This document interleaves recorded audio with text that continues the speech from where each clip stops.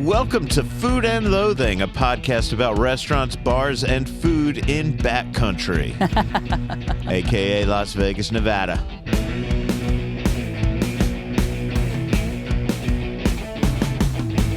I'm your host, veteran Las Vegas dining reporter, and the creator of the Neon Feast Restaurant Guide, Al Mancini.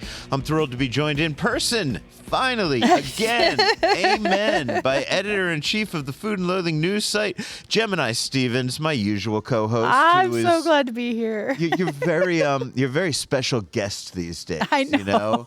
It's like, who was a couple bands that, like, you know, the guitarist would quit, but they'd always have a guitar on stage in case they ever wanted to come back. Yeah, like, because they were so important. That I love just it. Like, or I guess I could just say Sly. I'm the Family Stone, and you're Sly these days. Basically, you know, man, I'll come and I'll do a fucking show, but nobody really gives a shit unless you show up. I mean, you know, no offense, Family Stone. Had a lot of fun when you were performing, but I was waiting for Sly the whole time. Okay, but yeah, welcome back. And by the way, when we're coming to you this week from Las Vegas Distillery in Henderson, where we are going to be joined in about 20 minutes or so by Cody Fredrickson and Master Distiller John Verplank. So they'll be coming out here shortly. But, you know, man, let's talk about you. Yeah, you're back. How you doing? I'm here. I'm good. Living life in Las Vegas these days? Yeah.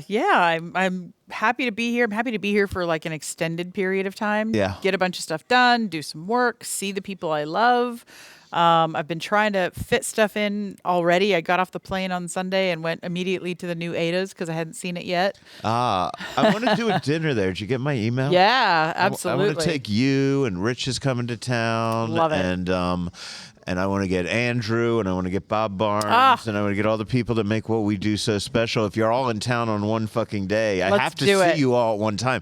I'm starting to believe it's like Superman, and you know, like you all, some of you are secret identities of each other because I never see you in the same fucking place at the same time, man. So I gotta line your asses up, and I figured we're better than Ada's if we can get in there, right? Oh, absolutely. James, could we get in there? Yeah. I'll call Kat. I was there already. So you're going in when? I went in Sunday. Oh, you went in. So we're going to be talking about that. Yeah, I'll be talking about that today. And but yeah, it's nice to be here. The weather's good. The people are good. It's nice to be able to be here and breathe. I feel like the past few months, there's always been something going on, and everything feels emergent. And I feel like right now there's more planning involved, more relaxing involved, more doing what we love to do here. And I envy you that. I haven't had that feeling in years. I've kind of felt like I was about a year and a half behind on everything for the past 10 years of my life, man. So fucking good for you. Are you just on maybe better meds than me or something? I mean, with my medical history, that could be. Need some Dilaudid is what I need to get in that mood, man. But, you know, we do have a great show, especially if you're us, because we're going to be talking and tasting food and booze, I believe. Will it be whiskey? Will it be vodka? Will it be rum? There's a big fucking lineup of booze. I know. Right from where I'm sitting right now. Yeah. There's 1, 2, 3, 4, 5, 6, 7, 8 bottles of something. Even at a tasting rate. Yeah. We're going to have to be a little careful. I Ubered. Oh, you Ubered. Oh, fuck that. Yeah. Okay, liver. We're going in today, man. Put on your harness. But anyway, we are going to be sipping a little bit of this stuff. We're going to be talking about it. We're going to be, I mean, look, it's a Vegas-born distillery. You've got to love it. Has a long, long history here, changes of ownership, but really a pioneering place where we're sitting right now. Absolutely. And, you know, Henderson Booze District, I guess since the emergence of the Arts District as like a really cool place. All the brewers want to be down there now, and I understand it, right? That's where you get the hipsters walking around. They always want a beer. They're going to come in. They're going to have a beer. Yeah. But this Henderson Booze District really was such a pioneering place. People, 20, 25 years ago, I mean, this was like a destination, and it still belongs as a destination. If you're a craft beer drinker, if you're the kind of person that likes to go on distillery tours, if you like to go to breweries, if you like to talk geek, I mean, that's what we're talking talking about, Oh, right? absolutely. This should be the Henderson Booze Geek District. Because it's fucking awesome. Yeah. It's a goddamn place that sells mead around the corner. Yes, yeah. There's a meadery. There's Motherfucking mead. the winery, and all of that is around the corner. The OG Craft House is right here. Yeah, there's so much going on down here, and There's the wine and the beer and the craft and something for everybody. something for everybody who wants to drink. Well, yeah. God bless you all too, man. So no, I'm really psyched to be here. And again, they're going to be coming out. We're going to taste some stuff, so that'll be happening as it happens. Also in this episode, we've got Gu Plus's Freddie Paloma speaking to me about I actually went to the grand opening of their location, their new location this year in the South, or this weekend it was, in the Southwest. Who else we got? I'm going to be speaking to Bellagio's Executive Director of Food and Beverage, Warren Richards. We're going to talk about the entertainment and menu updates over at Mayfair Supper Club. Cool. Ka-ching for those of you know, that right? want to be ballers, man, and break out your tuxedo. I want to be a and have baller. good I've night. never been to Mayfair. I need to fix that. Really? Yeah. I love Mayfair. I do love Mayfair. I love it more when other people are paying. Right.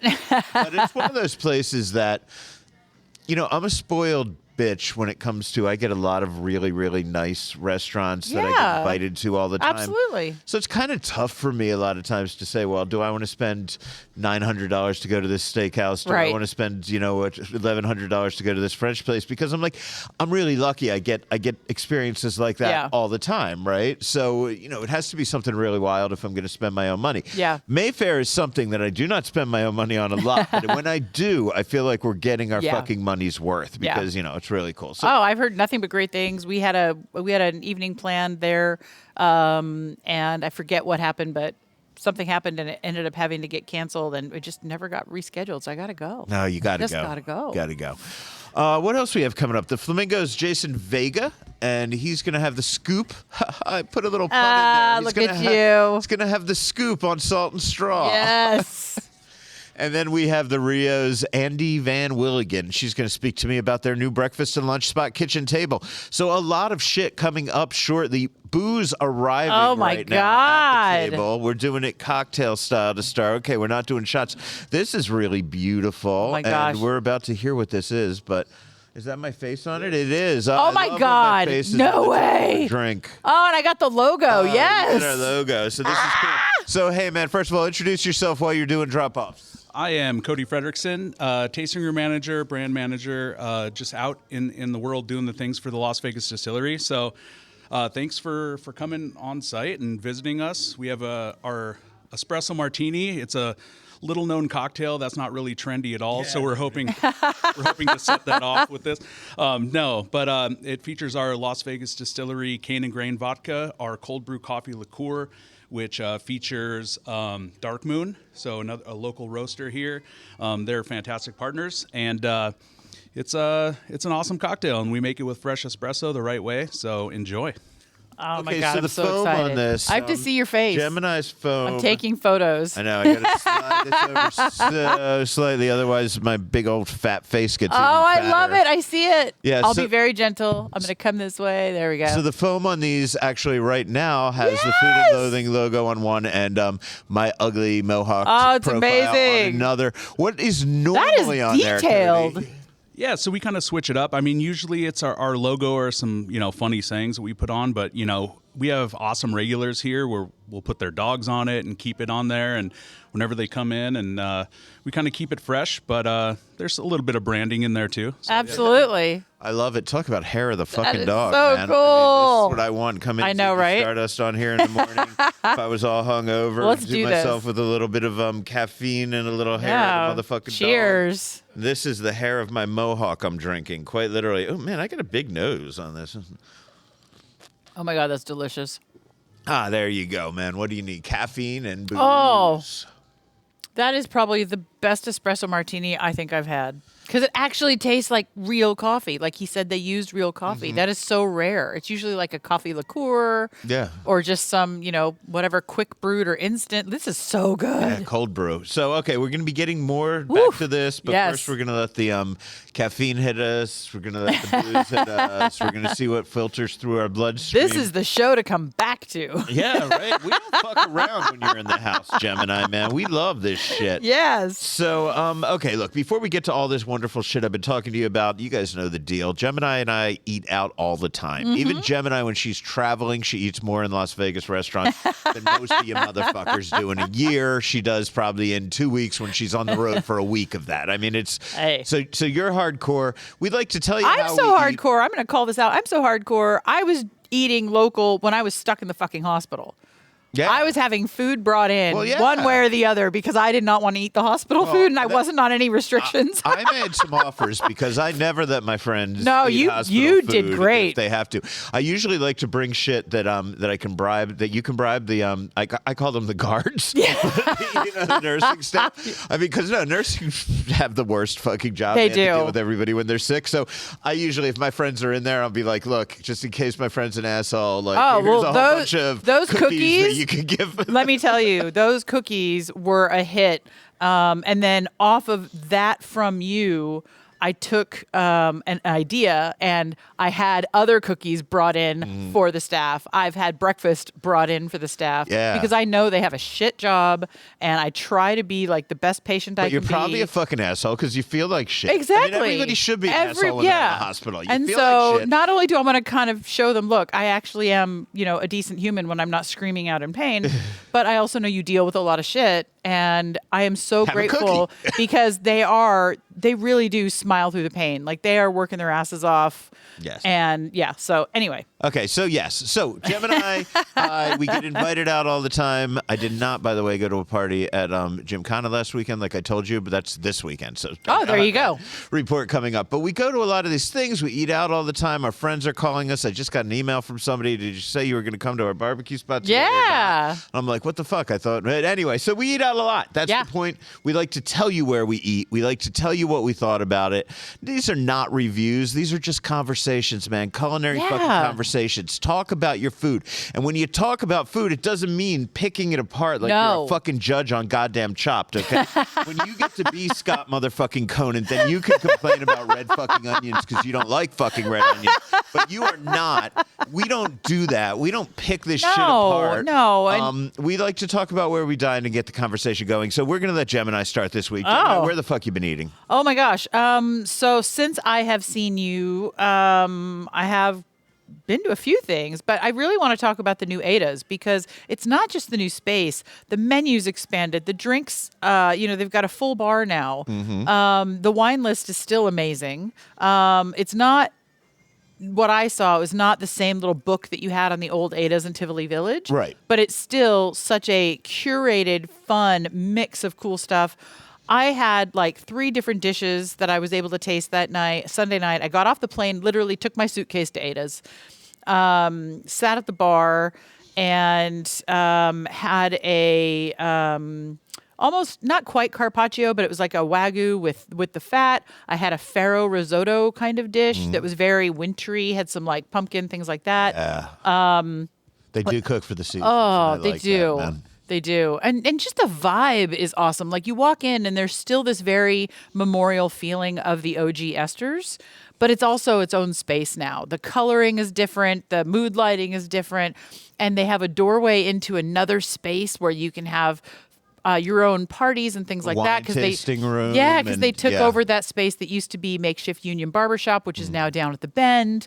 Shout out to Larry Rea because I love him. He's amazing. He's a good guy. He came in, walked in right after we wrapped up recording last week. Yeah. And I'd thrown just a little bit of shade to Makeshift Union on my show. I mean, I do like them. I do like them a lot, but they had not pissed me off. I'd realized that they were not what I needed on a particular Fair day, enough. so I'd thrown a little shade in their direction. And then he walked in. He's such a cool guy. He's I do such like a the cool Makeshift guy. Union guys. My favorite barber had moved over to Makeshift earlier in 2025. And went to see him for my annual birthday cut because I would always get a straight razor shave. And sadly, he is no longer with us, but he was with Larry there. So now I just go over to Larry's all the time. I got a straight razor shave story, but I don't know that I want to tell it yet because we're off on too many tangents. Yeah, I get it. Yeah, go But ahead. So I've got to do Aces. My friend who's coming to stay with me this week and help me do some stuff around the house and take care of me. We were craving barbecue yesterday, so we chose the Sahara location, the newest location of Big B's. Big B's. Oh, my Fuck goodness. Yeah, we love you guys. I hadn't eaten Big B's in a while. I had been chatting with Natalia about something completely different the other day, and it just popped into our heads. So, of course, we got a little bit of everything. We got the brisket. We got the pulled pork. We got the pork ribs. We got jalapeno cheese sausage.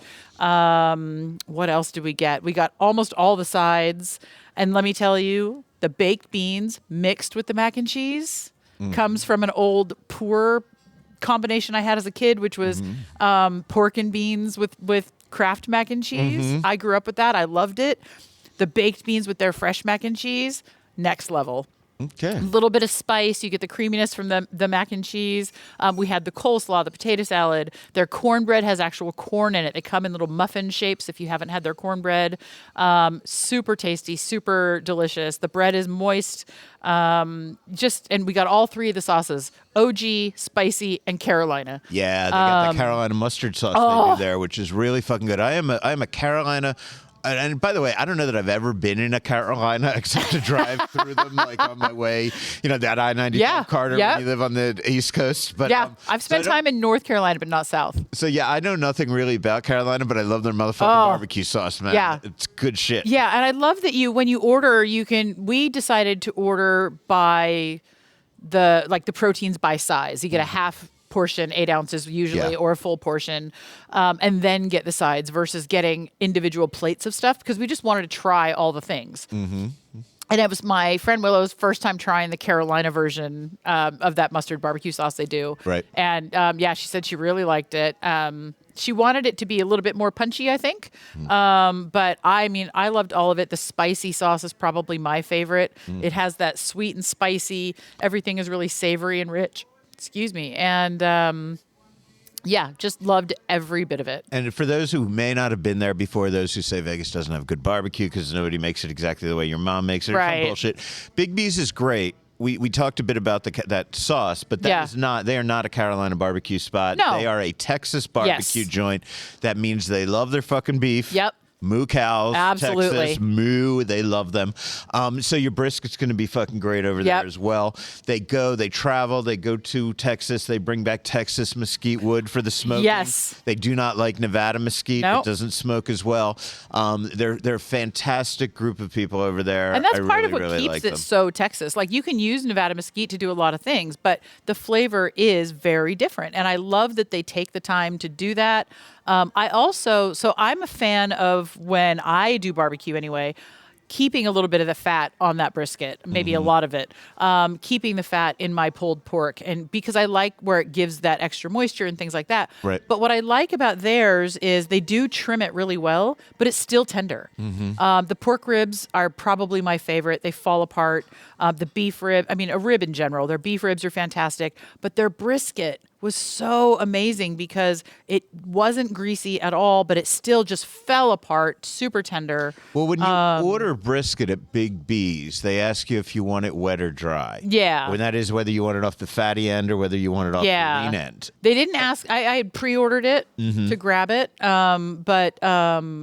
and that's fine. And I've had it there where I've had it where it's been more fatty. And probably if you don't ask, they probably give you something right in the middle. Probably, right? yeah. But it is because some people really like that fatty portion. Some people are like, oh, I grew up not eating fat and trimming the fat off my food, and I just want fucking protein. And you know what? It ain't my job to tell you what part of the pig you should want to eat, or the cow, or whatever else. Yeah, So and I love that they have options, and I love that no matter what you choose, it is still damn delicious.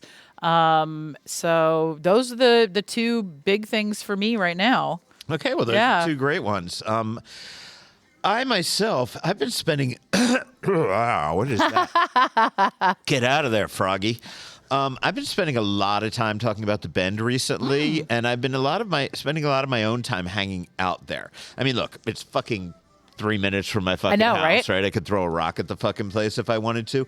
So that's one reason. Another one is that I like to work at Evolve Brewing. It's a good place to set up. You can work. You and I have had meetings there. We have meetings there. I've met other people in the middle of their meetings there. It's a good place for that. It's sort of funny because I go in and I set up and I'm going to order like a little bit of the food. Yeah. And I'm going to order like something because you're there. You should spend money. Absolutely. So I drink their non-alcoholic Mexican beer. Yeah. And it ain't half bad, and I can pretend I'm a real human being drinking beer.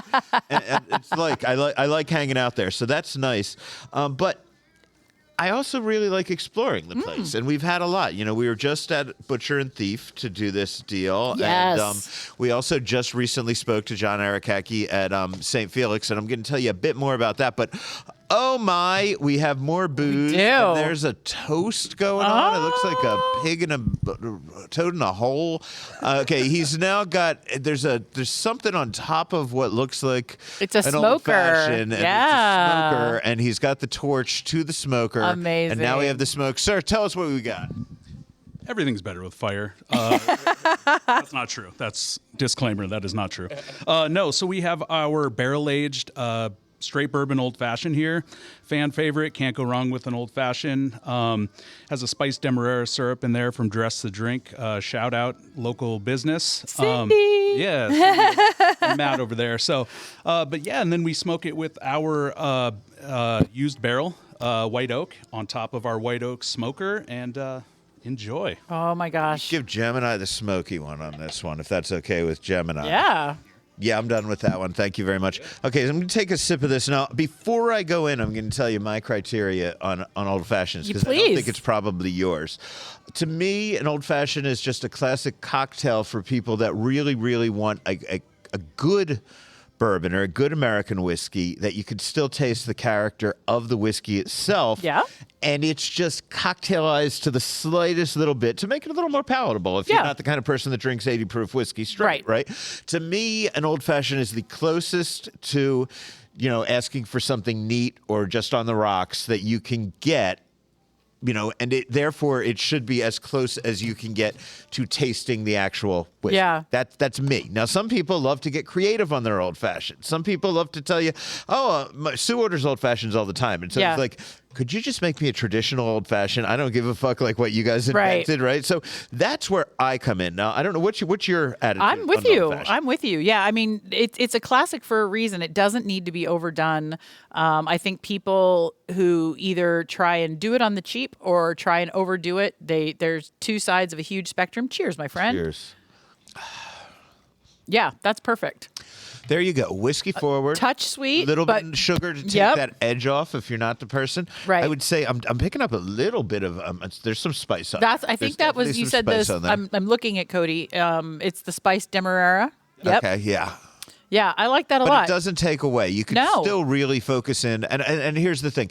When somebody asks you what kind of bourbon you want in an old fashioned, I think that's a smart thing to ask people. I don't think it's a smart thing to ask people, for example, what kind of tequila you want in a margarita. Like, just give me your fucking whatever you have. Yeah. I'll fucking take it. I don't want to spend a lot of money on a good tequila in a margarita because I'm not going to taste it. Correct. But I want a good whiskey in an old fashioned, and here you would be able to taste that whiskey. So I love that you said people don't want to, maybe not want to drink the 80 proof. 80 proof is good. I know it's nothing for you. You're 110 proof. Yeah, I'm a hot barrel strength right? Yeah, and Cody knows this. I am a hot girl when it comes to my whiskey. I like that high proof, especially rye. Because I just love the spices and the woodiness and stuff like that comes from stuff like that. It's almost. I love me a woody. I mean, I can't argue with that. But yeah, so I do like that there are so many options. I will admit I'm not a huge fan of Japanese whiskey in like an old fashioned. There's something for me that gets lost because Japanese whiskey can be super nuanced. So for me, that's the tequila argument, right? Right. But yeah, this is beautiful. I love the spice that's in the syrup. I love that it's not a fucking maraschino cherry. Thank you very much. So Luxardo cherry? What do we got? Yeah, it's got to be Luxardo. Yeah. God damn it. Look, I should get a look at you. I know, right? Right? And more personalization. I love that the orange peel which also I love the citrus oils and stuff like that come off of it. I love that it has the stamp on it with the it's logo branded. from the I love distillery. that. Las Vegas Distillery It's branding. touches like that. It's paying attention. Yeah. It's and just also, that one extra. And we'll talk when they come out here. Yeah. But, people always talk about what a cocktail costs you on the Strip compared to what it costs you, say, in your fucking PTs. And to me, there's like no comparison. I mean, other than the ability to make a quality drink. Yeah. Because unlike Gemini, I don't ask for I don't ask for Negronis at the movie theater fucking bar. I'm never gonna live that down, am I? It wasn't done properly, right? So, but one of the reasons though that you want to drink at a good bar is because it's a good solid glass. Yeah. It feels good in your hand. Yes. The ice is clear. The ice feels good when you look at it. It melts slowly. It does all of those things that you want it to do. Yep. When you're paying more for a beverage, now of course the Strip, you're also paying for Strip rent, right? Yeah. But when you're paying more for a beverage, I'm okay with that, but give me those motherfucking touches, right? Absolutely. Give me a good glass. Give me a good this. I know we're not paying Strip prices here. We'll find out what the prices are shortly. But they've got the components that I want to make it, I feel like they're doing it right. Yeah, absolutely. Okay, so we were back to me living at the Bend. Yeah. Right? Yeah. So I was waiting for Bob Barnes for a meeting one day, and I got there a little early before Evolve opened. So I went over to Mothership Coffee. Could not find a fucking seat. Wow. Yeah, and I was like, I didn't want to sit at a communal table because I was cranky. So I went next door to Union Biscuit. Oh, okay. Not makeshift Union. Union Biscuit. Right. A lot of Clarifying. unions in that joint. So I found a table and I went up. I figured I got to eat some food, even though I'm working here. So they have a lot of breakfast options. They got biscuits and gravy for $9.25. They got all kinds of biscuit sandwiches. They also do, eggs and pancakes and all that fucking shit. I do not like breakfast. Like my stomach is still waking up. Like right now, I'll be okay because I'm putting a little whiskey in. Yeah, right. That'll soothe me That'll over soothe for you. breakfast at this point in the day. But I was able to order just a single biscuit, and it was a big ass fucking biscuit. Okay. For $4. That sounds great. And then the spreads are 75 cents. Okay. So I got me some fucking apple butter. Yes. And a biscuit for $4.75. That's all I need for a breakfast. That's perfect. That's a goddamn good cheap Oh breakfast. my God, how big? Isn't it? I know our listeners can't see it, but show me like how. I'd say it was like a little bigger than a hockey puck. Okay. Maybe. It was a solid. Tall. It was thick. You could tear it in half. You could spread each side. You felt like you were getting a good hearty bite out of it. And for under $5 man. I'm a sucker for a good biscuit, but what are the choices of spreads? There's actually like 8 of them. Nice. And there's a fair amount of shit that you could choose from there. So, dude, I've got to throw a shout out to Union Biscuit. Another reason that the Bend on is my great. list. Oh my God. Then Friday night dinner, we went to St. Felix Sin City. Yes, I saw photos. Tell me more. Yeah. Okay. So I have to tell you, I never thought I would like this place just based on looking in the windows, but I actually love it. We heard from John Arakaki last week. He's the rock and roll owner of the joint. It turns out he brings a lot of rock energy to that space. And so what I thought was kind of corny looking in the window, when I actually go there and hang out, I really, really dig it. It's got a slightly down and dirty rock and roll vibe, but it's very, very glamorous. There's a special point in the history of music and of rock and roll for me. Well, personally, I was involved in the 80s hair metal scene. Right. And then I went and I love glam metal. I love Hanoi Rocks. I love even New York Dolls, like that glam punk stuff. And of course, the hair metal bands. And then I got into punk rock when I was working at CBGB. So I like both of those. And I love that intersection of glam and punk. Yes. It's a very specific time frame. I mean, the New York Dolls were their own thing. Hanoi Rocks were their own thing. But there was a period in time when David Bowie, the king of glam rock, was hanging out with the godfather of punk, Iggy Pop. Oh my God. And so to me, I was a kid at the time, but when I just think about them out nightclubbing together, as they might say on the Idiot album, it just conjures these images in my mind of a sparkly, glittery spin on heroin chic. It's, simultaneously fabulous and dangerous, right? I love that. It's an aesthetic that I really like, right? That when I find it, I like it a lot. That's the feel that I get here. Imagine Beauty in Essex if there was a tavern or a gastropub in it, right? So that's the feel. So right away, we went in. We're loving the vibe. Yeah. And, we're loving the artwork. There's a tribute to Showgirls on one wall. Ah, yes. There's a tribute to Scarface in the lounge. Okay. I mean, there's all kinds of shit like that. So I love all of that. Got there, the Cashel Reese family having dinner at the Love table them. next to me. Love Rob and Mary. So everybody's curious about this place. So now I got to talk to you about the food. Please. Because that's what I'm there to talk about. I would describe the menu as tavern food with a point of view. Okay. And by that, I mean the menu covers a lot of the ground you'd expect to find in a gastropub or even a video poker tavern. You're going to sliders, tacos, wings, chips and guac, deviled eggs, risotto balls, nachos, mac and cheese, So etc. nicer bar food. Yes. If you were just generally describing it to some rando. Well, I say point of view because it's not a stereotypical version of each of those Okay, dishes. this is what I was. Yeah. John comes in, John Arakaki, the owner, he comes in and he's got Peruvian heritage. So the ceviche is going to have a touch of Peruvian stuff in there. He had a crazy idea of putting some Thai peanut sauce on the deviled eggs, right? Hello. So these little tiny twists that he takes, you could tell that it's an owner's point of view. So it's very personalized. Yeah, so I like that, Okay. right? Okay. Where else was I? I would say this is not really a chef-driven or an ingredient-driven restaurant. I think it's more of a neighborhood and personality-driven menu. Okay. The kitchen staff has chops, however, man. It's run by Billy Papadopoulos, who I have not seen in a long time. He used The to name be I haven't heard in a while. right partner in the old Off the Strip Yep. down in Southern Highland. Yep. And then that became I Zest love for that a place while, so much. And nobody knows how to serve neighborhoods kind of that way. There Yeah. was nothing going on in Southern Highland. They built a really big following for them in the day. Oh. So I'm bringing them up because they know how to cook for a neighborhood place, right? Yeah. They know how to cook for a place where people come in. They're not looking for anything that's going to like be totally weird. They want it predictable. So they do a great job with it, right? So he brought 3 of his guys over from Zest into the kitchen. So they know how to cook. Some of these quirky touches are love it or hate it. I'll tell you that, but that's fine. You appreciate the originality. This is food for me that's good enough to keep me in the place when I'm having a good time. But I'm not going there for the food. I'm going there for the vibe. Okay. And I want to make that perfectly clear. Yeah. There's better food within the Bend, but Sure. it's not so much better that you want to leave this place and go over there, right? You can have time if you're enjoying the vibe, you're going to have a great fucking time. So it's rounding out the experience. It rounds out the experience, and I'd put the food like on par with. It's not similar in many ways similar to what you get at Evolve Brewing, right? Like scratch kitchen, making up things that are predictable, and you're not going to get wowed. You're not going to go, oh my god, I had this thing. I mean, maybe you will. Maybe you'll love that Thai peanut sauce on the deviled eggs. But for me, I'm thinking, just off the top of my head, I want to go there to try that. But for me, it's less of a statement and more of a personality. I like it. right? Okay. So whereas a restaurant like Ada's, I feel like is statement and chef driven.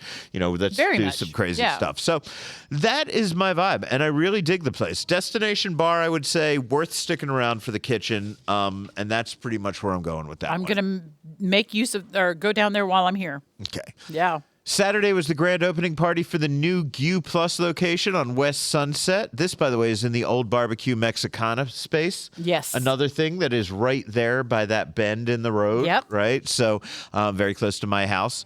There's a huge crowd showed up for this, man. I mean, they were giving away all kinds of free Sandos for a year and all sorts of shit. So big crowd around the corner of the building, wrapped around the fucking building. Amazing. Dragon dance, drummers. You know what I like about living in Las Vegas? Tell me.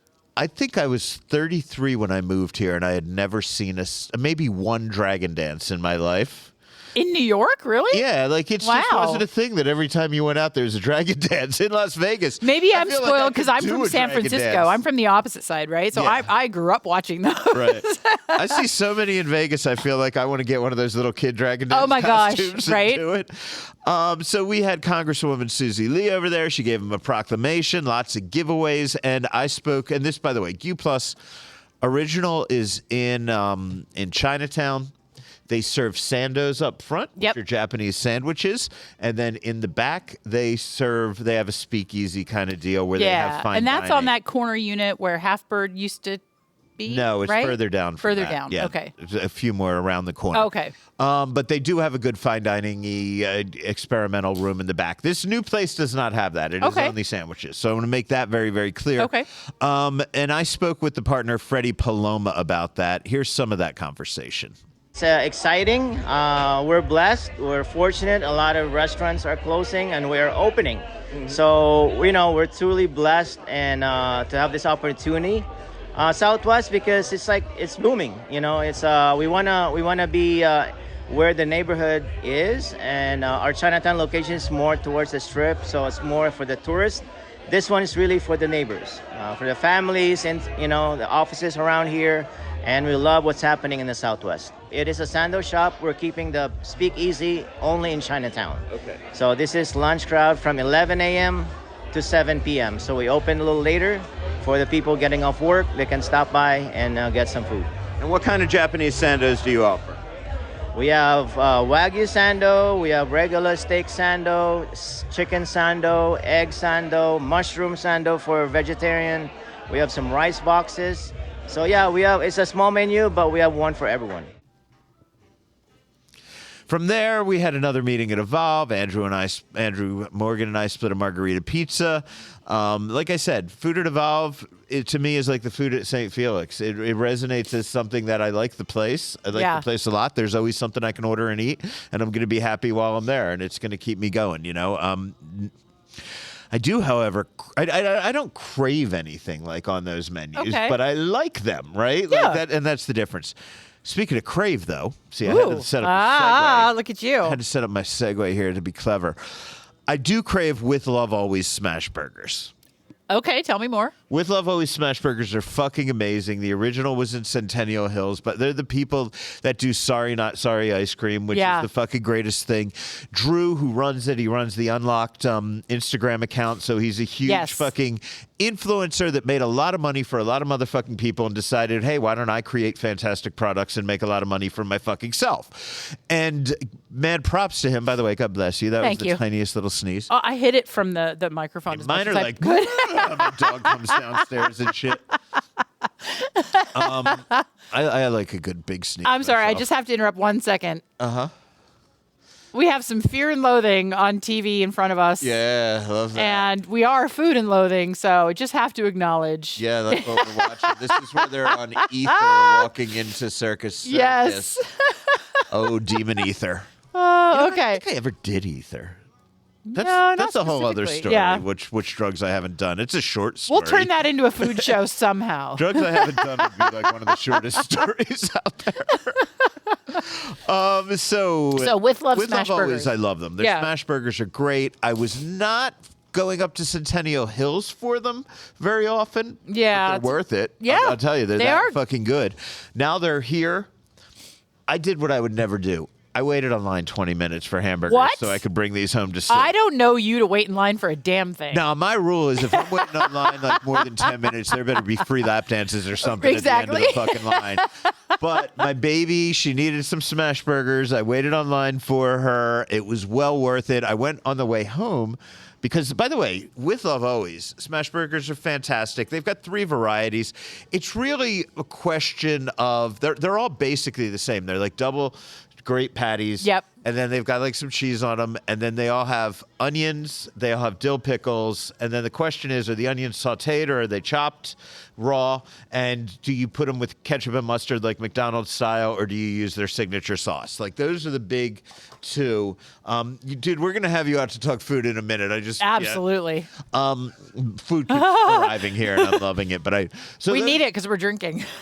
So those are the big things that they do to switch up, right? But basically, it's the same motherfucking burger. It's great all the time. They don't have a lot on the menu. They do soft serve. The soft serve comes with those magic cones, right? The topping. Like the dipped cones. Yes. And then they harden up. I remember that from when I was a kid. Yeah, so there's like 2 that are always on the menu. I think it might be chocolate and cherry. Don't quote me on that. Sure. The day I was there, they had... it was it was like an apple pie. Ooh. Right? So it was like kind of a pie crust. The hard shell was like a pie crusty looking one, but then it looked like they actually scooped some apple pie filling on the top or some shit. So I wanted that. but I was driving home, and I didn't see myself making it home with the cone in my car. Yeah. So I walked over to Freed's, and I got some cookies and a little bit of confetti cake from Freed. I went home. I made my baby happy, and then we stayed in for the rest of the night. There you go. And that, to me, is a good motherfucking night. Yes. Also had an egg slut sandwich when I was at the Rio for an interview. It was fucking great. I like egg slut. Oh, that's about all I'm absolutely. going to say. If you don't like egg slut, you're stupid. I don't know why I say that, man. I try not to be that kind of fucking person. If you don't like egg slut, don't like egg slut, but I love it. Coming up, man, we've got a happy hour report from Andrew Morgan, and we have the news. But first, we've got Master Distiller Jonny Verplank coming out to join us. We're going to talk about everything happening here at Vegas Distillery. Cody, who's been serving us, is going to be coming over. We're all going to get this whole thing set up. But first, I guess we got to make room and eat some of this food and drink some of this booze. So give us a moment. This is Food and Loathing.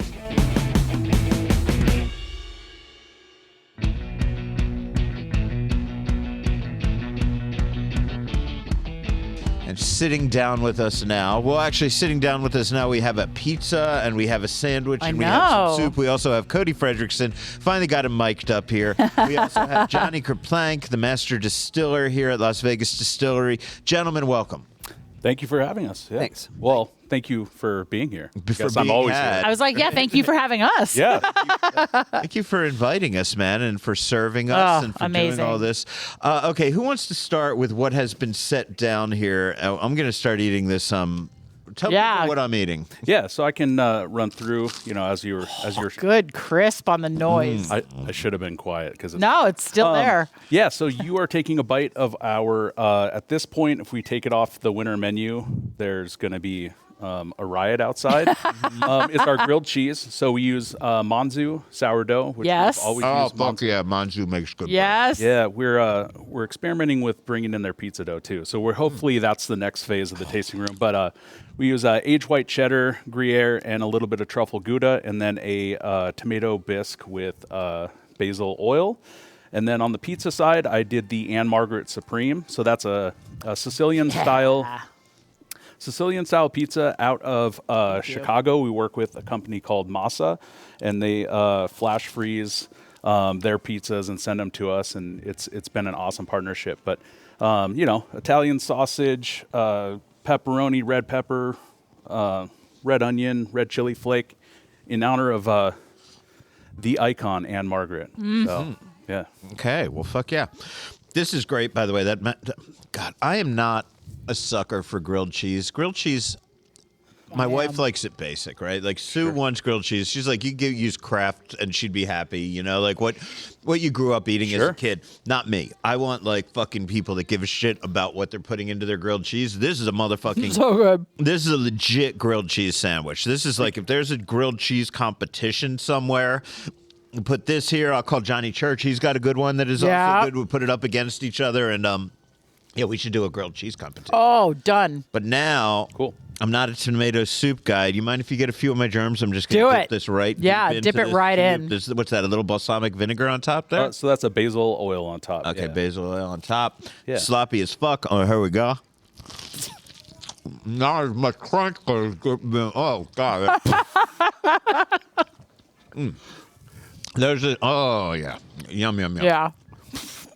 There you I'm a happy human. Yeah, I need a dip. Yep, there we go. Just one quick dip. If we could do a audio Yelp review, that would be, Yeah. that's all we need. We have this recorded, so. Cool. Oh, yeah, I'll just hold on to that for I a don't sec. think it's too hot to hold. No. I think you can go okay with that. Awesome. She's going to eat some of this. Yeah. Let's talk about Las Vegas Distillery here. Could somebody give us... I remember coming here, the Las Vegas Henderson Booze District was brand new. This was a very new, exciting thing. This was years and years ago. They had to fight to change the laws for everything to happen here. It has since changed ownership. It has since changed kind of direction. So could somebody give me the Cliff Notes version and bring our audience up to date on the history of this joint? Yeah, I think I can give a little bit of the backstory and then hand it off to Jonny for, what's changed now, which is pretty drastic. So there are still a few pieces from the past here for sure. So yeah, the Booze District was a huge deal. It took a lot of people kind of fighting for to change the laws. Wendy at Craft House and Dave on the beer side, and then George Ratz, who May he rest. yeah, I love that man. super principled, creative, stubborn individual, and he wanted to do, be able to give the product right to the people. So he went to Carson City and got the craft distillery bill passed, which allowed a supplier to produce spirits, go to distribution, but also sell the bottles in the tasting room. So that was huge. It was pretty monumental. So, yeah, and then because booze laws in this state are a little fucking weird, right? Everywhere. It's crazy. No weirder here than they are in other cities. No, I mean it gets control states, and I mean it gets deep with. Yeah. It's every. It always feels like there's an old boy network that controls booze just about everywhere. Yeah, I would say. Yeah, just like anything, follow the money. But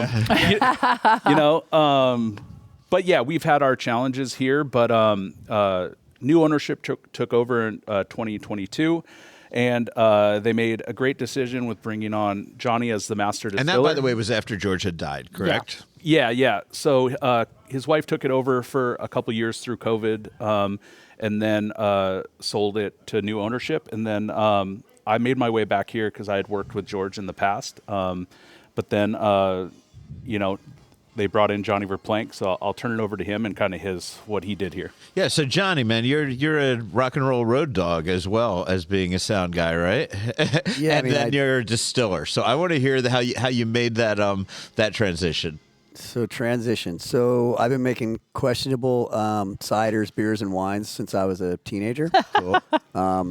Played in a ton of punk rock bands throughout my life, and then went to recording engineering school.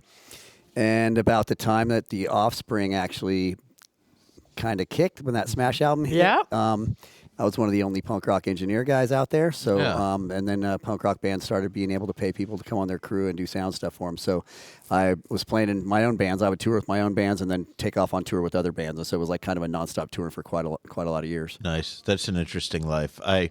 I have so many friends who spent time on the road with bands, and I would have loved to have had that experience, but I know I would not have been married for 33 years as I am today if I had that experience. And I made a very, very conscious choice. Like, do I want that experience or do I want to keep this relationship going? I mean, it's like anything, over long haul, truck driving, sailing, all those things that take you away from home forever. It's definitely a hard life to It's a rough live. life. Yeah. But good stories, right, man? Yeah. What you can remember. Any of them. I remember, again, I've worked in the old hair metal world. I worked in the punk rock world. I've worked in the network radio world. I've worked in all of that. And yeah, there's good stories to come out of it, man. Definitely good stories. So how did this part, what did you get the call from Las Vegas Distillery? So I owned a distillery in the state of Missouri, where my wife's from. I sold that and went down to do a project in Louisiana to be the first one to do fresh pressed cane juice rum in Louisiana. Really? And then I was founder and vice president of the Louisiana Distillers Guild as well. Left that project, and then COVID happened, and so I was bopping around everywhere, trying to figure out where home was going to be. I was in Florida for a while, Texas, and before COVID, I was consulting on projects in Grand Cayman, St. Kitts, Belize, Honduras, Mexico, the UK, all over the place. So I had my feelers were out all over the world. And when Cane pressed rum, is that rum agricole? It would be agricole style rum, correct? Okay, cool. Yeah. Just check. I like Look to at you. quiz myself. Yeah. So, but that would need to be that's a denomination of origin that would need to. It's like tequila or champagne or something like that, or cognac. It has to be in a certain region to call it that. Okay. But so anyway, that was going on, and then I was kind of looking for what's going to be home base, and I had a few offers that were out there, and these guys had hired a consulting company, and they were basically headhunting, looking for somebody to come in and revamp the spirits program here. And so that's when I got the call. That's fucking awesome. I'm also just thinking about what a great job it would be to be a headhunter for distillers. Right? Seems like a good gig, man. I used to do tech recruiting. I think the distillery recruiting would be way more fun. So when you came in, you have all the hardware here. The place has a reputation. It's existed. And you look around, and then how do you say, okay, we've got to move this in a new direction, or we just have to capitalize on what's already been done? What's your thought on how to take this distillery into this? Your first thought on how you wanted to take this distillery into the next generation? Well, my first thought was, I was kind of pitched the deal that it was a turnkey distillery and it was up and running and had been for years. And so when I walked in, it actually kind of, a lot of things had been in shambles and neglected for quite a few years. So right away, it's like we need to make some upgrades and some changes to bring this up to like actual production and make things happen. So that was the first thought, not by anybody's fault. I mean, I'm sure Catalin got thrown into something that she didn't have any idea really where to go with it. You know what I mean? Right. So maintenance was a big deal. So we replaced a bunch of stuff, added some fermentation tanks, added cooling to the fermenters. We added a bunch of things like that. We have actually a new mill coming in here pretty quick, but I rebuilt the whole mill, tore it all apart, rebuilt the whole thing, sent off, got new. It was just a lot of work. Cleared everything out and got ready to make booze. Also, not to take anything away from anybody, but I don't really do moonshine and stuff like that. That's just not my style. So Right. I shoot for world-class spirits is like what I'm trying to do. And so they said that's what they wanted, and so that's kind of where we're at. So pretty much all new recipes and all new spirits, really. Cool. How many spirits do you make here? Well, we're making quite a few at this point. We've got vodka. And then our vodka base is also the base for our gin. Yep. We just released the gin not that long ago. And then we've got a white rum. We've got a spiced rum.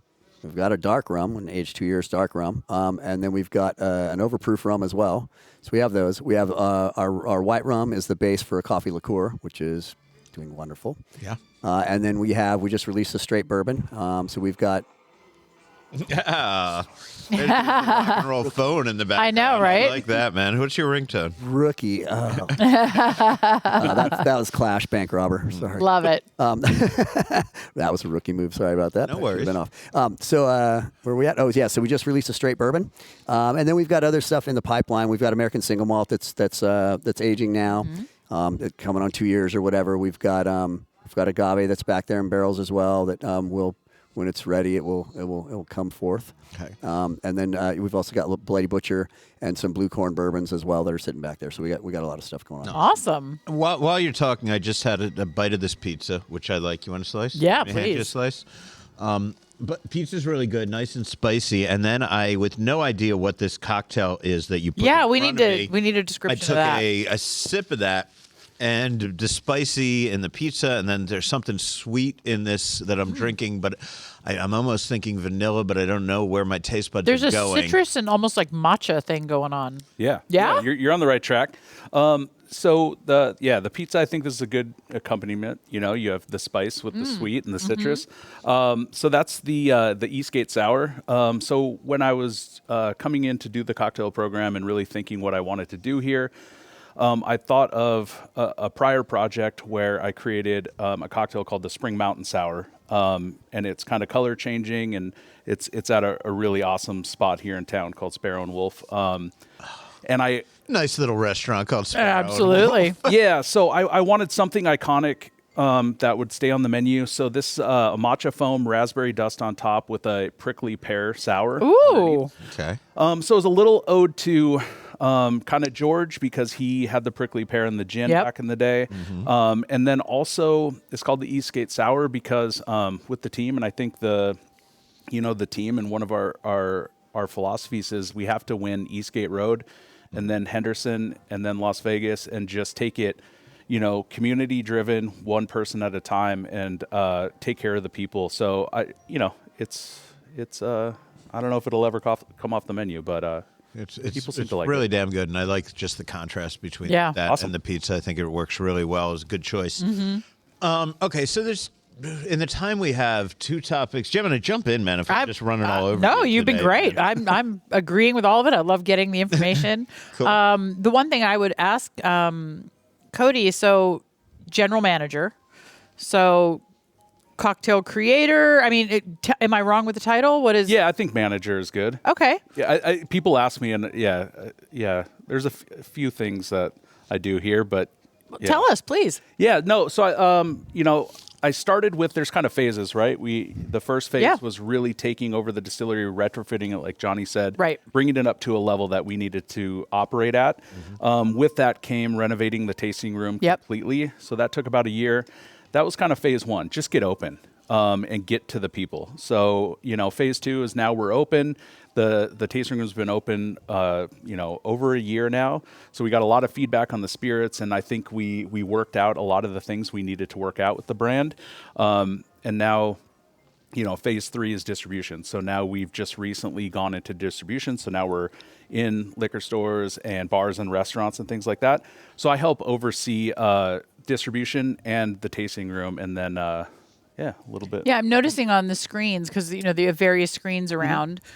There's one right in front of me as far as viewing is concerned, and every once in a while it shows up and it has all these different places. All kinds of great bars that we love. Exactly. Right? And I definitely want to get to that. Yeah, please. I would like, if it's okay, I'd like to start with drinking it here. Yes. And then move into either drinking it at home or in other bars. And so we're going to talk to both of you guys about this, but I feel like the first would be more for Cody, second one more for Jonny. Talk about the experience here at this tasting room, because I'm looking around. It's beautifully decorated. Oh. Right? I mean, you come in the door, you go to the left, and that's just what you want to see at a distillery, right? It's just beautiful, and the stills and all that fun shit. You turn to the right, and it is a Rat Pack tribute, classic Vegas era. Beautiful pictures on the wall. I mean, we've even got the Atomic Girl picture up there. Yeah. Miss Atomic Bikini Lady or whatever. Is that the one? Right behind you. Yep. And then above that is a picture of people who were, when they were putting in piping and things like that at the Hoover Dam. Okay. So that's the vibe. Elvis. It's a very Vegas vibe. If you're a tourist, you're going to come here. I feel like you're going to have a good time. There's a stage over here, so I want to know if you have music. There's, obviously there are screens. So what's a night like in this tasting room? Is this a nightlife joint? Is this where people come to hang out with their friends and listen to live music, etc.? Yeah, so I think it's a lot like our spirits. I think it's a diverse portfolio. It's a diverse room. One thing, a nod to the old distillery too, is I felt like George was such a host. He welcomed people in, and we always wanted to do that here. Even though it's a little more upscale than the previous operation, I would say, we still wanted it to be comfortable and classy. So I think we have a unique time in Las Vegas where I think a lot of times we've overlooked the value of the guest visiting Las Vegas and the community, and we really want to nod to old Vegas and say, hey, you're valued. Your hard-earned dollars are valued. And Vegas used to be like that more so than it is now. And I think there's this kind of cultural shift towards where's the value for my money going? And we feel like we give people a great experience, amazing hospitality, and value, not only with the high-quality spirits, but our hospitality, our food, our cocktails, everything else. But Friday and Saturdays, we have live music starting at 6 every week. We've committed to that, which, for a venue or an outlet off Strip in Henderson to commit to having live music every Friday and Saturday, it was a big commitment, but we wanted to be the place that you could go and see. Yeah. And, we hit up Chef Gio and his wife at Manzu and Nora's and all that, and said, hey, we need jazz performers in here. So we're getting live jazz in here, blues soon. So, give those performers another stage. Absolutely. That's great.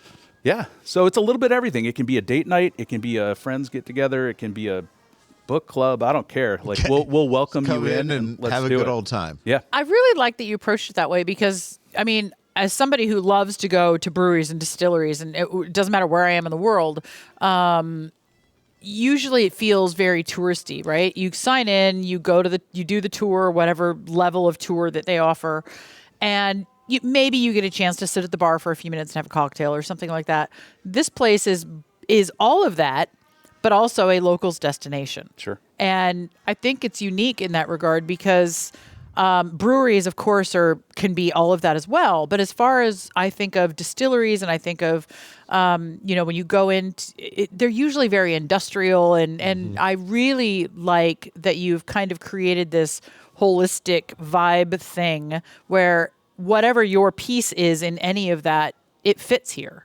Awesome. Was that always the intention, or did it sort of come out as you were building it? No, I think that was always the intention. It was, if anything about this place and the owner that took over, it wanted to be thoughtful. Yeah. I don't mind if you don't like the cocktails or the food or this and that, but at least you can come in and say, oh, you guys thought about this. Yeah. The butter that we're putting on the grilled cheese. I've thought about that. The liners that are on the tray that you're like everything, Yeah. the custom chairs that you're sitting in. Which are super fucking comfortable, by the way. The owner will be thrilled to hear that. No, it's thoughtful, right? And it was curated to all make sense together. And, maybe you won't see, all the detail the first time you're here, but maybe the 10th time you're here, you go in the bathroom and all the pictures are color pictures in there, and it's a little more vibrant. We're much more black and white out here. So you'll kind of see these Easter eggs and, even the tour, it's get your hands in the grain and see the production team working and like seeing them do such an amazing job with creating the spirits over there. And we're only as good as our weakest link. So as great as the spirits are, I feel the pressure to, not let the production team down with amazing cocktails and how we present our spirits. And, our tour guides, our teams are just amazing and they really care about it. And, if you're not a fan of the distillery before you take the tour, you will be after for sure. So, okay, so before we go, one of the reasons we waited this long to come in here was because I said to your PR people and to you and to everybody else, I don't want to talk about this shit until people can go out and get it, not just here. Not just as this. And by the way, great tourist attraction. If you're doing a crawl of the booze district, it is an amazing stop on that crawl. It's a great destination on its own, but you're a distillery, which means, John, you are making things that you want to send out to the world. I want them in my local bars, I want them in my local liquor store, etc. So I guess twofold question. Number one, and we don't have a ton of time, I apologize, I've been rambling, but where can we get this and what spirits can we get where? And then if I go down to one of my favorite bars, like I saw Jive Turkey had it and, some other places that I really like, how do you recommend these spirits? Are these light cocktail spirits? Are these, are these call? Are these well? Are these premium? Should I be? And by that, I don't mean how much money are they worth. Like to me, a premium spirit is one that I want to sip neat, right? And I wanted to get every last little bit of it out. And then other spirits are just better when you want to make, you have fantastic cocktails here. So that's my two-part question for you. Where could I find it? And how do you recommend me being introduced to these spirits? Well, you can find it around town. Cody has a pretty good list of that, but Jive is one of them. But a lot of people they're picking and choosing what they want because we do have kind of a wide spectrum of spirits, right? So Jive's got the bourbon down there for sure. We've got like Oscar Steakhouse they've got the vodka and the gin and white rum, I believe. Main Street Provisions, Kim, Main Street, there. Yep. Main Street Provisions has everything, and they're rocking cocktails with the coffee liqueur and everything. So it's kind of across the board. The thing is though, like with mixers, like if I'm going to do a rum and coke or whatever, I would never put bad rum in my rum and coke. If I feel like a rum and coke, I would put good rum in it. And some people think that's kind of a horrible idea, but no, I want good rum in my rum and coke. Yeah. But I don't want sipping rum, $150 a bottle rum in my rum and coke, right? This is just me personally as a guy who drinks very rarely and, has already burned out his liver and I'm trying to make the most of what I have. But that's just my personal thing, right? So our stuff is all premium ingredients for sure. The bourbon is probably not up to sipping level yet. It's at 2 years. It's a young bourbon still. Right.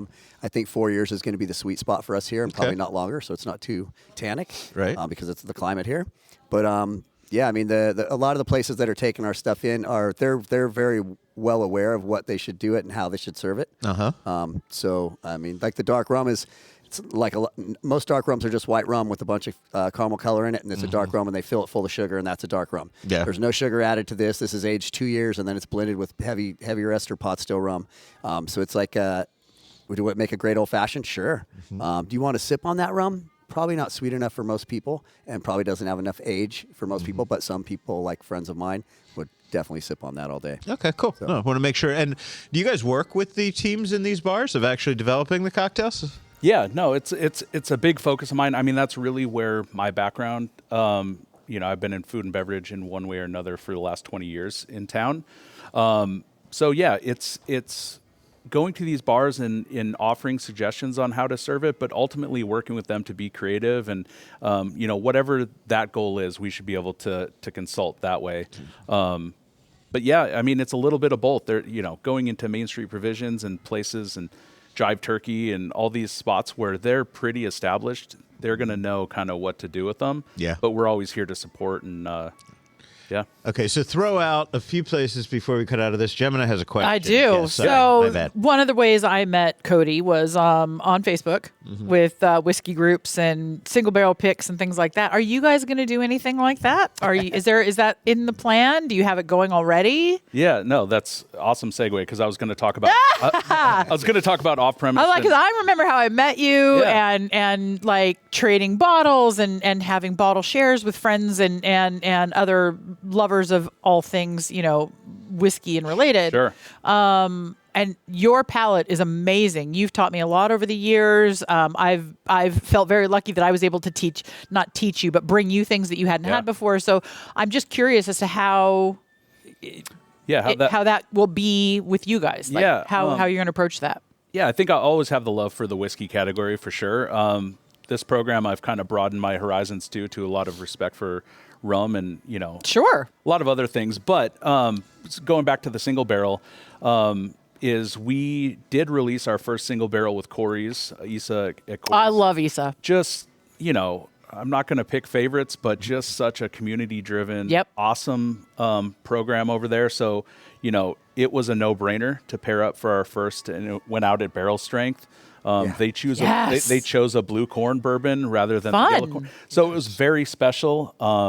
And 119.8 proof. Yeah, now you're speaking my language. That's talking.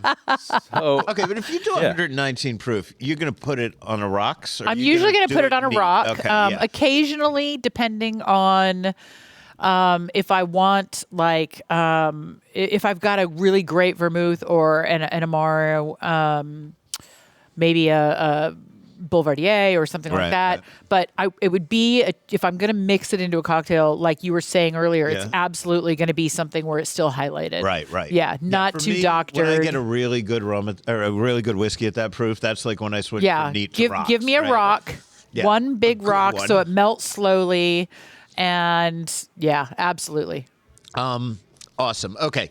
Hit me with a few places you can get this, and then we're going to have to segment short. No, I know I can keep going. Yeah, off-prem, like I said, select Lee's in town.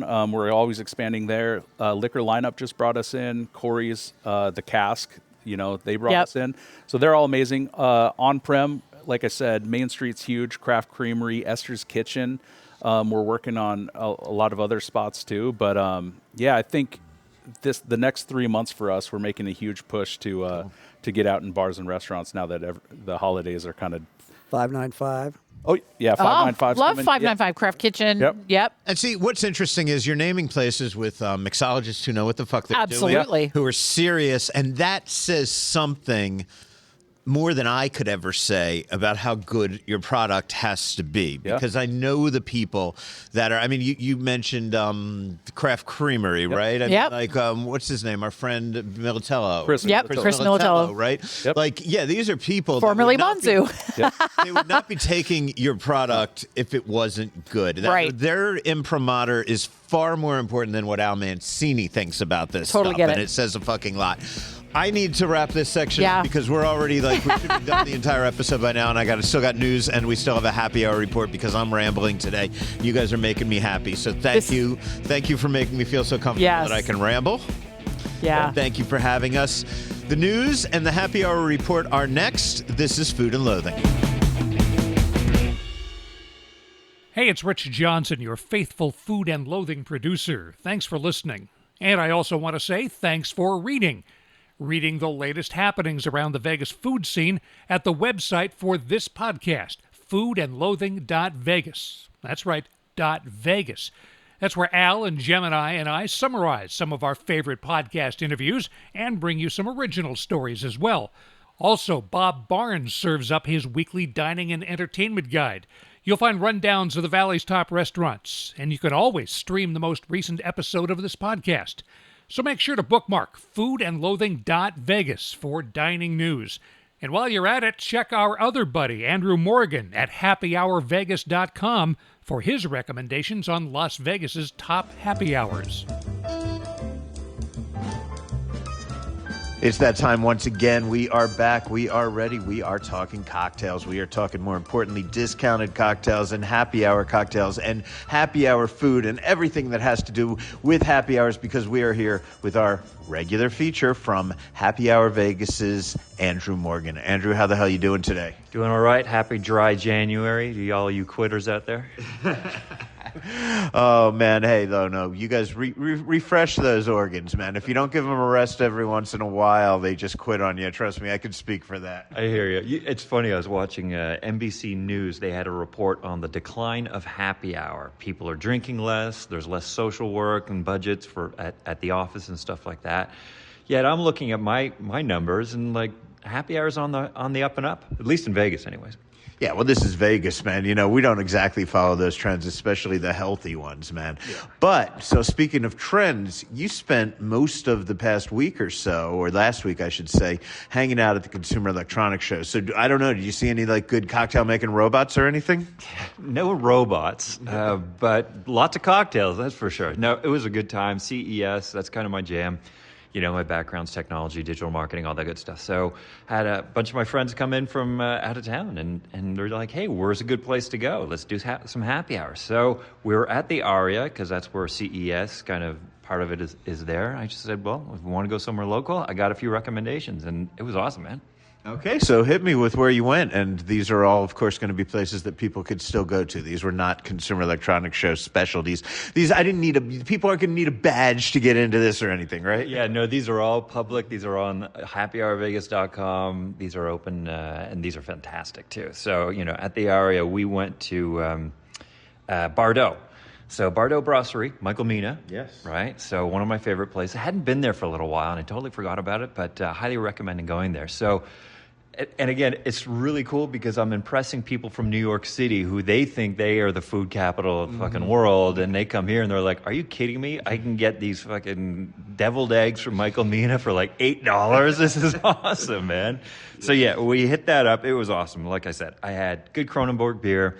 I had $8 for these amazing deviled eggs, and then a couple of oysters. They're $3 each, kind of thing. So total bill was like $24. Of course, I didn't pay for it. I had my friends pay for it. But still, it's like highly recommended to go to Bardot Brasserie for that. Well, look, I love Bardot Brasserie. I think it's one of the best casual French restaurants in all of Las Vegas. Michael Mina is both a, well, I want to say friendly acquaintance. I'm not going to call him a friend and pretend I'm that cool. But, you know, I love Michael. Also, I don't know if you had the chance, but when you're in a Michael Mina restaurant, think about getting a Bloody Mary, because his wife, Diane, makes a Bloody Mary mix, and they are pretty freaking good if you like Bloody Marys. That's amazing. And there's a good thing for, you know, people with their New Year's resolutions trying to get a little healthier. Good Bloody Mary. I mean, it's on the healthier side of cocktails, so why not? That's a good one. Cool. Okay, so where else you go during the big Robot Fest? Yeah, so we headed over to one of my go-tos, Ocean Prime, and you met us there. We had a couple drinks. It was good. It was, again, as good as always, right? And it's not in the area, but it's at City Center, right, walking distance, stumbling distance, whatever it is, and fantastic, man. I love that place for happy hour. Yeah, we talk about them frequently. It is one of the better happy hours in Las Vegas. Great deals. Just absolutely fantastic deals. Yeah, look, Wagyu burger, full size, $11.50. Top shelf cocktail, $10. Total bill, $22. You're stuffed, you're happy. It's awesome, great vibe. Everyone was impressed when we went there, so.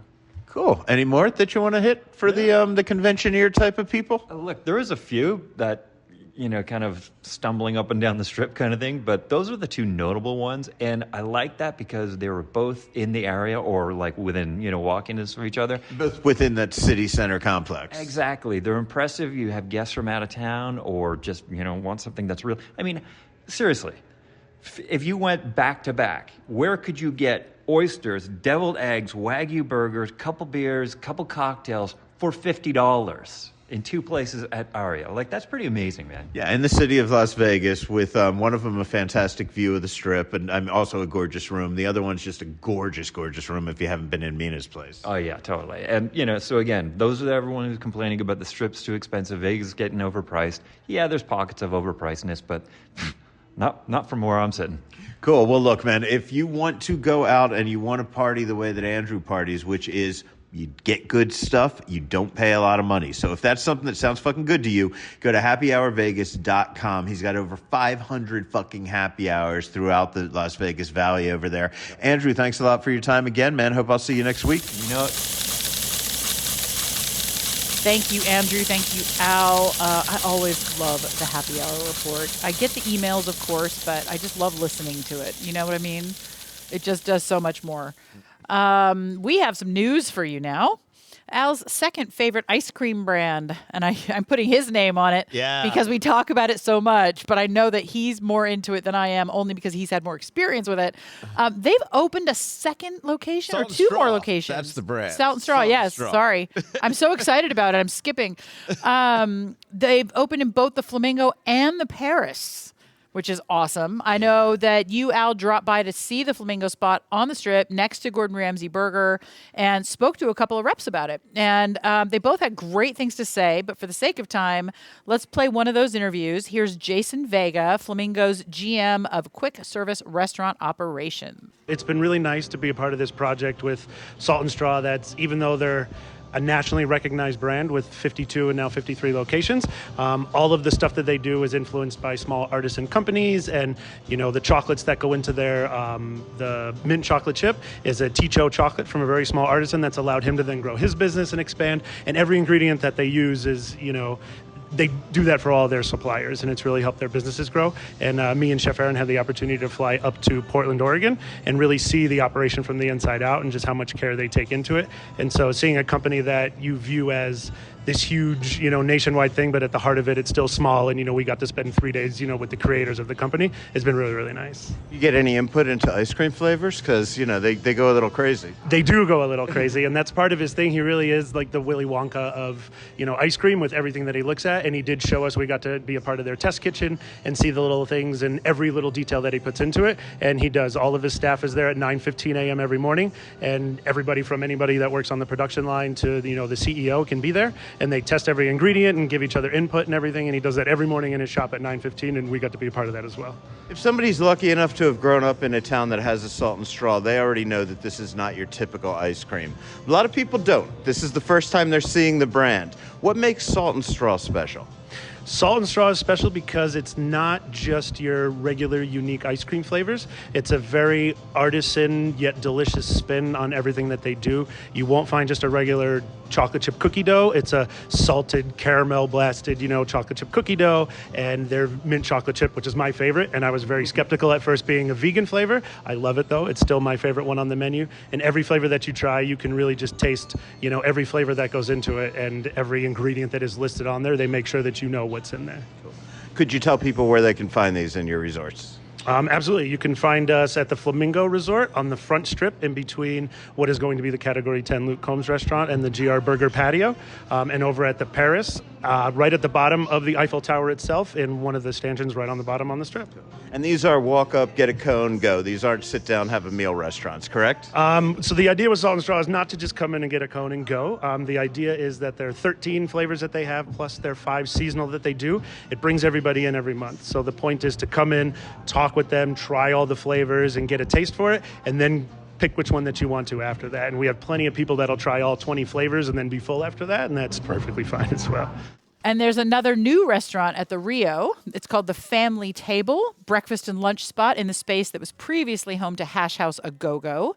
Again, Al dropped in to speak with the resort's Director of Culinary and Banquets, Andi Van Willigan. Yeah, kitchen table is a concept that we thought of. Everybody loves to sit around the kitchen table. We really like to have our regulars come in, as well as anybody within the city come in to sit down and enjoy just a nice meal.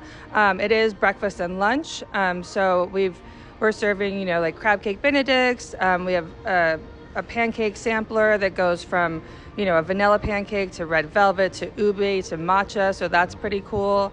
We have a lot of new cocktails online, and we'll be starting to activate more boozy brunches within the next couple weeks. We're going to do at least Friday, Saturday, Sundays, but we'll have a big pickle fountain for Bloody Marys at the bar, and we're going to do nice family platters of fun shareable items.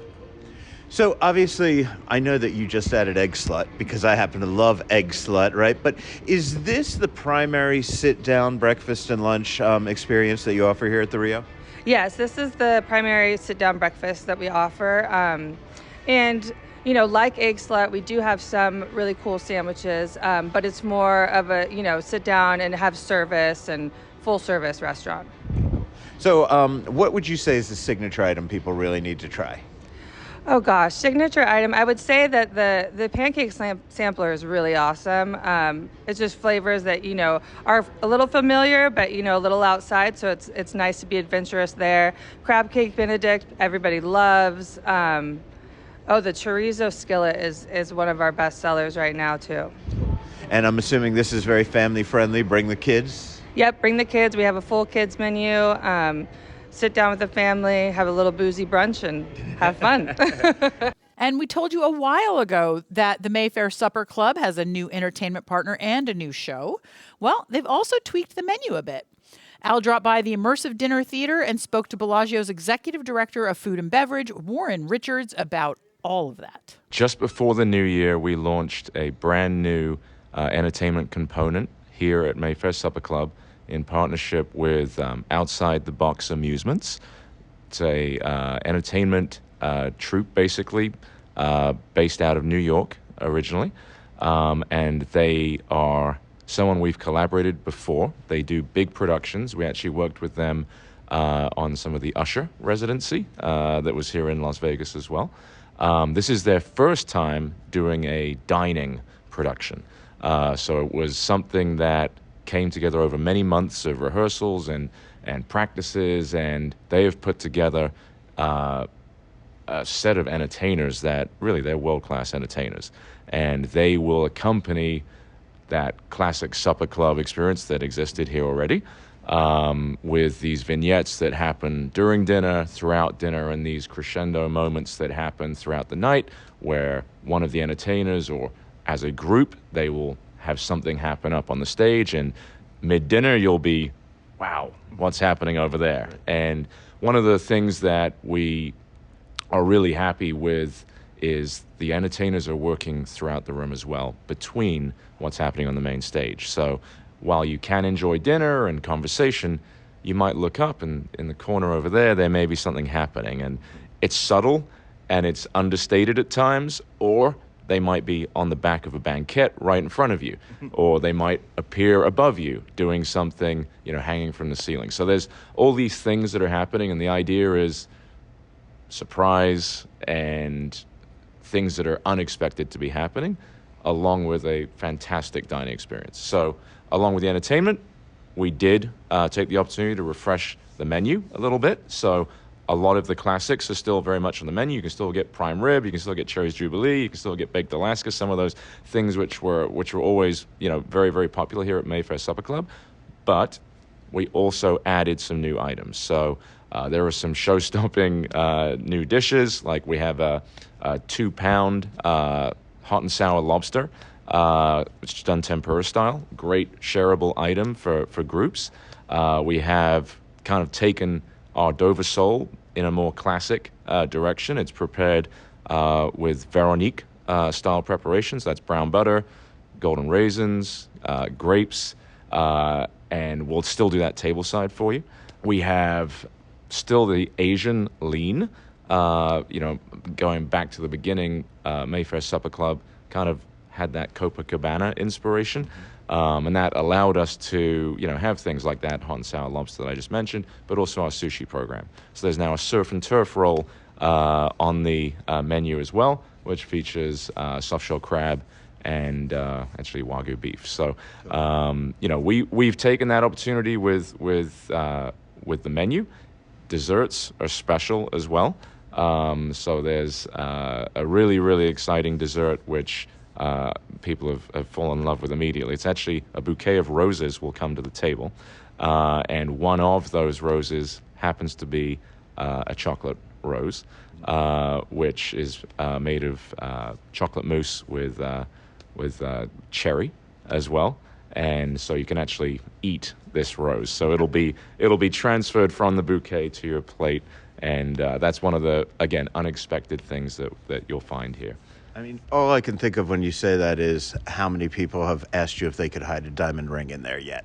It won't be long. No one's asked yet, but that's a great point. That is a great point.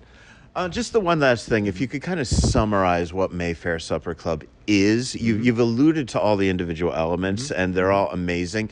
But what is interesting to me is how it is simultaneously throwback in both entertainment and in many of the dishes, and then very, very modern and avant-garde in both aspects of it at the same time. Could you talk about that integration, that desire to pay tribute to the past but still do something new? Definitely. The entertainment definitely leans into that New York, 80s kind of feel and vibe. There are some vignettes that really do that. So we believe that supper clubs in general, they definitely lean into nostalgia. And so that nostalgic approach to what's on the table, the vibe, the energy, but like you said, that modern from an entertainment perspective. So, we want you to come to Mayfair Supper Club and be fully immersed. And if you spend 2.5 hours in this restaurant, you're getting the best of both worlds. You're on the fountains, those are going off behind, those are even coordinated into some of the acts. That's always been something we've done here at Mayfair. And so this is just sensory overload. It's fantastic in what you're eating. It's fantastic in terms of the energy of the room. And you are, like I said, going to see these world-class moments happening all around you. So it's one-stop shop. You don't need to go anywhere else if you come to Mayfair on any night. Man, by the time people listen to this, Yeah. there will be big news. Hell's Kitchen will have just aired its finale. I the think, night it before, happens I on, believe. yes, because we drop believe. on Fridays, and I think it airs on Thursday nights. And our friend Ellie Parker from Main She Street Provisions is in the top 3. What the fuck, girl? Rock on. I'm going to say I knew her when. Right? When she stops taking my phone calls, we all know. But, oh, man, fingers crossed. I don't watch the show live ever because the fucking goddamn high school drama that goes on in that show is just not for me. I watch it, but I do watch it on streaming, so I can skip stuff if I have to. Sue watches it religiously. Yes. And I come in for the last 10 minutes Oh. every week, so I don't give a shit who's mad at Okay, who or I'm who closer had to clean Sue. the I do toilets. watch the whole thing. I just But I think for the finale, I'm going to watch the whole thing. So Yeah. I know that the answer's already been given to the world, but right now my fingers are still crossed for Ellie Parker. Literally, just to make it clear, we are recording on a Wednesday. We have no idea what's going to happen. No, but they don't tell me those things, and I don't want to know No. because the fines for repeating that information no. are hefty. No, and I don't want to screw over our friends or anything, but Right. I do want to put the excitement out there because this is Friday morning by the time you're listening to this, folks. If you haven't checked it fast. Check it fast because you know your social media is going to be blowing up if you pay attention to any of this. Yeah, watch the fucking show. By Friday morning, I think they put it on Hulu or something. Something. Some shit like Yeah. that. I don't know. I watch it streaming. I don't remember, but yes. Okay. Hey, this is one I wanted to let you know about. I do not play pickleball because I am a lazy fuck, but I know a lot of you people do. And now is your chance to play pickleball for your friends and neighbors. A pickleball tournament. Hospitality pros rally to fight hunger at the Ultimate Pickleball Charity Tournament to benefit 3 Square.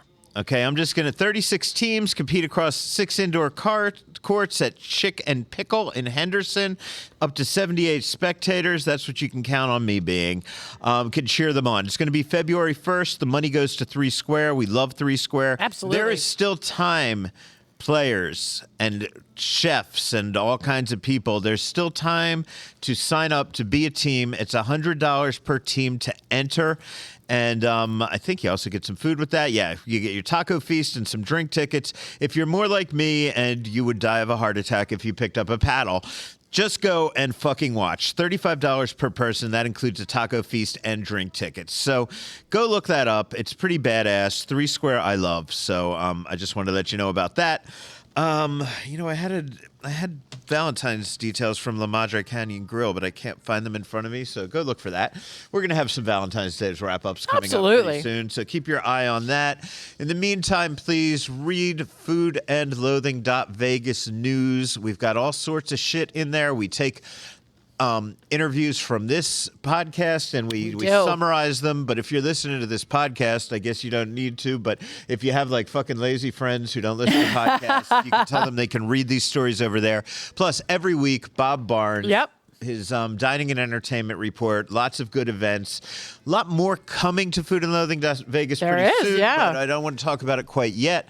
Remember, you can watch me and Andrew Morgan every once in a while on the CW Las Vegas morning show, the ARC show, and you can hear me on all the Highway Drive radio stations, and I'm in a bunch of other fucking places, but, just look for me. But make me Waldo in your That's right. Where's Waldo game. I want to throw more out there for the Food and Loathing site. Again, it's foodandloathing.vegas. Bob not only does his fantastic weekly wrap-ups, but we also have a chef series that he's been doing. It's called Who's in the Kitchen. Yeah. So we have a new one posted recently for Josh Smith down at Bourbon Steak. Yeah. And a friend of the show, she sat in for me one week recently. She's done a few articles here and there. Our friend Rachel Deal has a piece coming out on a gaming place in Henderson. So I'm excited to get that up gaming, for people. we mean like Dungeons and Dragons Yeah. and shit. Not Vegas video gaming. poker, okay? Exactly. Yeah. Like, board games and things like that. That also has like Sorry, great and brunch Monopoly and Scrabble. Actually, this place has some weird fucking games. It does, and I'm so excited. So, just something different, and a little love for Henderson. Yes. Okay. So with that in mind, thank you everybody who had us. Thanks to the entire Las Vegas Distillery team for hosting us here. Thanks to all of our guests, our friends from Mayfair Supper Club and Family Table, and all over the place. We've just had everybody here, and my notes are for shit right now. My friend Jason Vega for Salt and Straw. Thank you all. Thank you. Thank you. Thank you. Thank you. Thank you. And that is what else? Yeah, that's it. I'm Al Mancini. I've got Gemini Stevens here with me on behalf of us, on behalf of Andrew Morgan at happyhourvegas.com, and the man who puts it all together on the back end, Rich Johnson. We love you, Rich. I am Al motherfucking Mancini. And I'm reminding you that you shouldn't take candy from strangers, but truffles and foie gras, you can trust those people. Absolutely. That's what I believe. And also, eat well, drink well, tip well, but always stay hungry.